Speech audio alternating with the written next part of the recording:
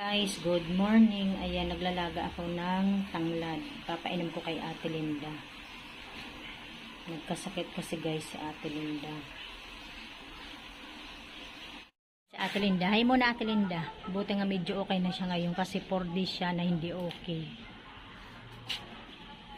Ayan, may bisita kami oh. Butterfly. Ngayon lang ako nakakita ng ganyan. Ayan oh. Araw na ngayon oh, ang araw. Nalaglag pala dito yung bunga ng ang papaya. Ayan, bulaklak na naman.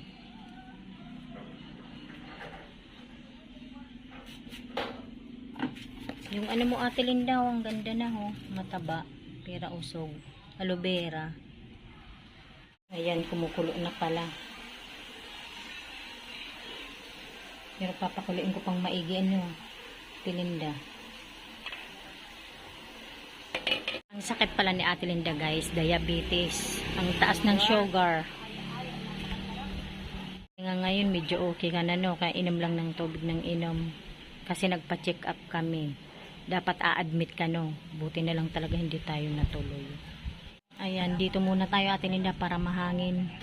Kasi pag nasa loob mahirap. Manglalo ka manghihina. Yung mangga mo, ang laki na. Yung tinanim mo, may mga dahon.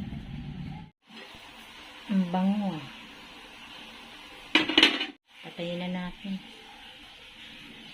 Guys, isang tasa lang inano ko kay Ate Linda. Ano kayong lasa niyan, Ate Linda? Inumin mo na. Pag hindi na ito pang butterfly yun, hindi pa umaalis Ate Linda. Andiyan pa rin siya.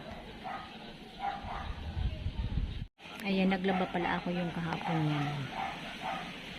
Mamaya, maglalaba ako uli. Ang dami ko kasing labahan guys. Natambakan ako dahil pumunta kami ng hospital. Ayan, hanggang dito na lamang. Maraming salamat po sa inyong lahat sa panonood sa aming channel. God bless everyone. Bye.